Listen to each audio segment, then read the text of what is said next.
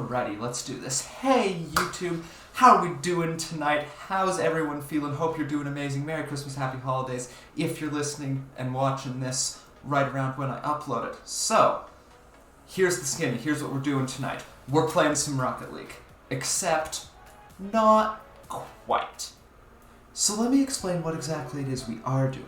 For those of you who know me from the tech side of Discord, Reddit, that part of the internet, you'll know that there's this common argument that goes something to the effect of, is it better to have 4 faster cores or 6 slower cores for gaming? Now, obviously games are predominantly single thread bound, right? So you'll see most of them just scale well with clock speed, don't scale well with super high core counts. Which means people often recommend something like the new quad-core i3-12100 as the budget king, as opposed to something like a last-gen 6-core.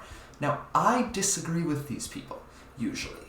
And the reason for that is I believe, my hypothesis is that if you give a game a core by itself, so it doesn't have to share a core, it doesn't have to share threads with background processes going on, it should produce more consistent frame times. While the average will be lower, you'll get an experience that feels smoother.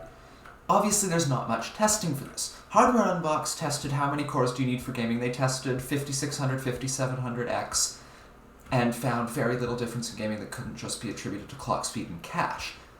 Now, this is all well and good, except they tested a 6-core 12-thread CPU as their baseline configuration. My theory is that that's actually enough cores that you'd stop seeing a difference. But if you take off a few more threads, you might see something a little bit different.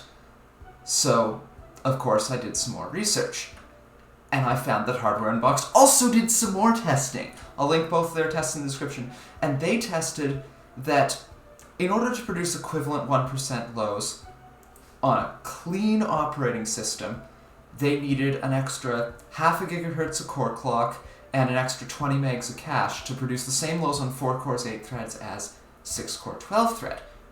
And that's in an ideal scenario with a clean bench OS.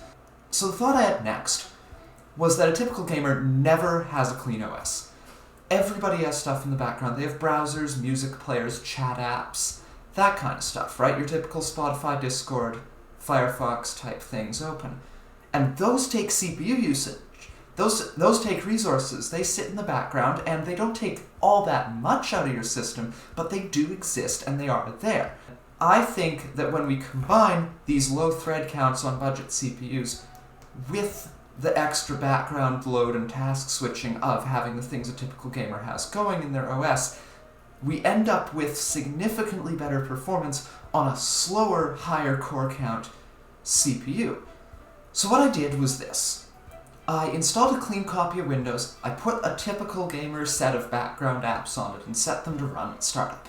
I took my regular system that I use for all these videos, and I disabled some of the CPU cores and underclocked the CPU in configurations that are meant to emulate some of the more common budget CPU offerings, just to see how they ran in a few games. And I tested a few games and a couple of benchmarks, fired up my RivaTuner statistics server, and compared the results in terms of frame rate, in terms of other performance metrics, and in terms of those critical frame lows that are where all your perceived smoothness is. Without further ado, let's hit the field.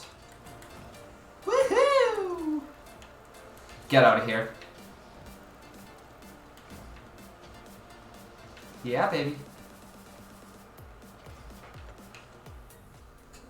The test setup for this video is exactly the same one you've seen in the bottleneck video, so it should be familiar to all you guys. We're rocking an overclocked Intel Core i5-12600K on an Asus Prime Z690M Plus with 24 gigs of reasonably quick DDR4, so we should have no issues there in terms of stuttering game performance. We're loading the games off an NVMe SSD, and handling graphics, we have an overclocked Radeon RX 5600 XT. All the tests are going to be done on Windows 10 Pro, unless I specifically say we're using Windows 11, which I had to do for some of the tests. More on that later. You can see here that in my effort to properly mess up the aforementioned copy of Windows 10, I've installed the typical complement of software that a gamer might use. This wouldn't be specifically what I'd daily, but I think these are reasonable selections that a typical user would have going on while they're playing a game just casually. We've got Chrome with a few interesting tabs here. We've got our Gamers Nexus video. We've got our Corn Hub. We got some keyboard stuff. We got Spotify, Discord, ShareX, Steam, Epic, Xbox, all those launchers. We've got Signal RGB, which, by the way, I would highly recommend using if you want to move away from resource hogging, motherboard and manufacturer software, Corsair iQ, that kind of thing. Signal RGB is way lighter, super compatible. Shill over. We've also got our replay buffer up in Radeon Relive, and of course Afterburner, Riva Tuner, hardware info, the stuff I need to actually do the benchmark and have my overclocks. So like I said, for this setup, I'm trying to emulate some relevant budget CPUs that a gamer on a budget might typically buy, right? So we've got our fully enabled configuration that we're using for a few of the tests. This is my daily 5 GHz overclock on 10 cores and 16 threads. I've got a configuration that's going to emulate the popular i3-12100, which has been hailed by reviewers as the most recent budget king CPU. It's got 4 cores, 8 threads, max boost of 4.3 GHz. I've got an equivalent that's similar to that to a reasonable used value, a 9600K, that's 6 cores, 6 threads, and a little bit slower. And I've assumed that that chip is overclocked here to develop my setup for it. And of course we've got the 12100's most direct competition, the i5-10400. That's got 6 cores and 12 threads, but it's clocked lower still.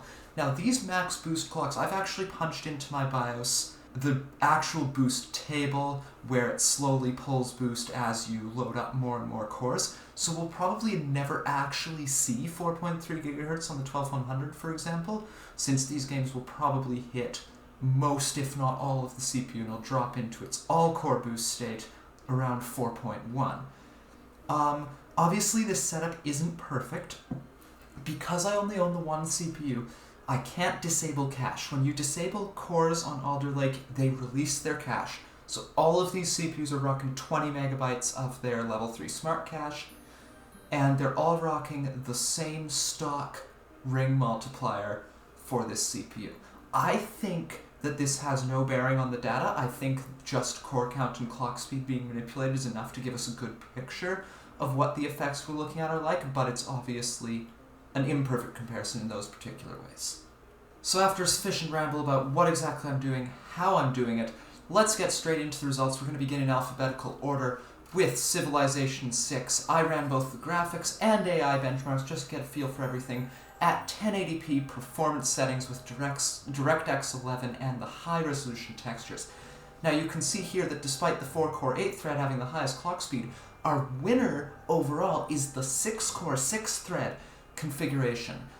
This, I assume, is because it clocks higher than the 6-core 12-thread, and Civilization 6 appears to be rather unaware of hyperthreading. It does, however, clearly scale to 6 cores, as you can see from both the average and low frame rates. So you're going to want to make sure you've got your 6 cores. Past that, just clock speed IPC as high as possible. The quad-core will, of course, suffer. In the AI benchmark, it's much the same story. The 6-core 6-thread produces by a small margin the best average frame rate and the best time per turn. Again, Civ 6, hyperthreading unaware, get your 6 cores, make those 6 cores fast, and you're off to the races. Up next we've got CSGO, which I've tested at 1080p high settings, multi-core rendering enabled, Uber shaders enabled, and I was using Uletical's benchmark map. Now the first thing that you're probably going to notice here that jumps out at you is these lows are atrocious, like really ugly. And the second thing you're going to notice is that I've added a minimum frame rate counter here. Now I usually don't like minimum frame rate as a metric because as soon as you have a stutter it goes to hell. But I think it's important here. And the reason for that is the Ulletical benchmark map has a couple places that cause these massive frame drops. And it seems that with multi-core rendering and enough cores this was able to smooth out. Let me explain what I mean. You can see that the 4-core 8-thread config here had the highest average frame rate by a fair bit. But its minimum frame rate dropped to 0. Every time I would go through this section of the benchmark, it would hitch for most of a solid second, and then it would recover and it would keep going. The 6-core 6-thread seemed to alleviate this a little bit, as it was able to pull a better minimum frame rate, though similar lows otherwise, at the cost of a slightly lower average. It was able to make it through there without completely dying. It's still noticeably choppy, but it did make it through. The 6-core 12-thread was able to get through those tough parts of the benchmark without killing its 0.1% lows and still keeping its head above 60 FPS, which means that with multi-core rendering enabled, that extra multi-core power on tap was able to help it through those really CPU-intensive frame rate areas. Now, obviously the average frame rate is lower, and if you're chasing input latency in CSGO, sky-high frame rates are important to you, but in terms of smoothness, having a little extra power in terms of that multi-core does massively improve the playability of the game in certain areas. Doom Eternal was a nothing burger. This game doesn't care in the slightest about what it's running on. It ran identically to this on my fully enabled 12600K. It didn't care how much of the CPU I disabled, it didn't care what I set the settings to, though I'm at 1080p low to make sure I'm not GPU bound. I'm actually fairly certain it was memory bound, but in any case, average frame rate sat around 140. The lows on the 6-core 12-thread configuration were marginally better, but not enough that I'd consider this a decisive win. It is a win, for sure, but both experiences were totally smooth to my eye on my 144Hz monitor, and yeah, I'd be fine with anything here. No Man's Sky was also a bit inconclusive. This game is famously stuttery. Like, No Man's Sky micro stutters every minute or so. It's super inconsistent in terms of frame rate. And what I was hoping to see was that the higher thread count configurations would conclusively ease those frame drops a little. I can safely report that that did not happen. This game is a nightmare to benchmark, and I would honestly mostly disregard the data that came out of it. But at 1080p low, high textures, FSR and quality were firmly CPU bound. We can see that the 6-core configurations once again pull ahead by a little bit. And in fact, the 6-core 6-thread wins again. I'd love to know what's going on with that. But yeah, the frame drops were slightly less bad on the 6-core CPUs. Not hugely, just a little. Again, an indecisive win for the 6-core configurations, and the quad-core once again lags behind. Rocket League at 1080p high-performance settings is one of my favorite games to play, and also one of my favorite games to benchmark, because it produced a lot of interesting data for us. Now, I'll get to the full Rocket League data in just a second, but the relevant part here is what you can see on the screen before you. You can see that averages are the same. 0.1% lows are the same. Both are in the sky. This game is playable on really anything. It runs on a potato. But watch these 0.1% lows. We can see that without any effect on average or 1%, the 6-core 12-thread configuration is able to pull an 80-frame advantage over the quad-core on 0.1% lows. And this was noticeable when playing it. The input feel was way better, it felt smoother, inputs just felt like they were registering better, and the hitches when you score or change scenes were significantly reduced. So Rocket League is a decisive victory for the slower 6-core 12-thread over the faster 4-core 8-thread, and even over the non-hyper-threaded 6-core. So that's all the games I tested on the 3 main configurations we're looking at, but I also decided to run a benchmark. Unigine Superposition is a graphics benchmark, but it's very easy to get it CPU bound if you drop settings to 720p low, like we've done here. This is where we found that superposition, in particular being representative of a certain style of game, is largely entirely single-threaded in terms of rendering. This is a pretty simple one. You crank up the clock speed, average, minimum, and score all go up. It scaled pretty much perfectly cleanly. It did produce a higher score than I would have expected with 6-core 6-thread config, but the actual frame rate was around the same. so I'm just going to chalk that up to run variance. This is a win for the quad-core CPU. But wait, there's more. Now remember how when I went through the CPU configuration I talked about the fully enabled 12600K? Well, I did test it, but I discovered something that I probably should have expected.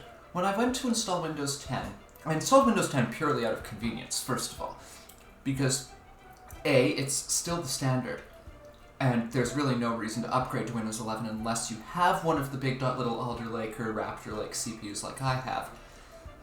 The install media was on my desk. Like, I wasn't going to remake my USB. So I installed Windows 10, and I started running games on the fully enabled 12600K just to get a sanity check. I ran Rocket League, and it ran perfectly playably, it seemed about right. And then I ran No Man's Sky, and it did this. That's right, that's a 1% low of 44 frames per second. It ran like crap, and it reproducibly ran like crap. I flew around for probably half an hour, tried to get it to run properly, and it just wouldn't smooth out. So then I ran Unigine Superposition, and I looked at it, and I thought, okay, that seems reasonable. And I fired up the 6-core 12-thread configuration, and I watched it blow the 16-thread out of the water, despite a 6-core 1 GHz disadvantage. And that was when I started to realize something was wrong. So I reran these 3 benches with the fully enabled 12600K on Windows 11, and here's what I noticed. Rocket League gained 100 frames of average, 80 frames of 1%, and a little bit of 0.1% low as well. It was way smoother. No Man's Sky smoothed right out to exactly what I'd expect, and it ran better than any of the configurations we tested on Windows 10. Superposition brought the lows up above the 6-core 12 threads ideal score, and brought the score up by 3,400 points. Yeah. This is Microsoft Thread Director in action, folks. When they say that you should be running Windows 11 if you have one of these shiny new CPUs, they are not lying. This isn't with any modifications to the OS. This is just plug and play. This CPU was not happy on Windows 10. And that's even with the game specifically running on P cores. Because what I figured would happen, and what I have had happen in the past, is that a game will just get kicked to an efficiency core and your frame rate will tank. But if one render thread or part of the render thread of a game gets kicked onto an E-core for a little bit, then it kills your lows, but it still feels smooth. You don't notice the loss. But I can tell you right now for a fact that Windows 11 was much smoother in all of these tests with the fully enabled 12600K. Now, what I can't explain is why when I booted into Windows 11 with 6 cores and 12 threads and the P cores disabled, my CPU shat itself again. The 6-core 12-thread configuration was as unhappy on Windows 11 as the 10-core 16-thread was on Windows 10. It was losing a pile of frame rate and a big hit to lows for no particular reason. I think it's got something to do with the fact that because I installed Windows 11 on the fully enabled chip, it's trying to use the new scheduler and throw processes onto E-cores that don't exist.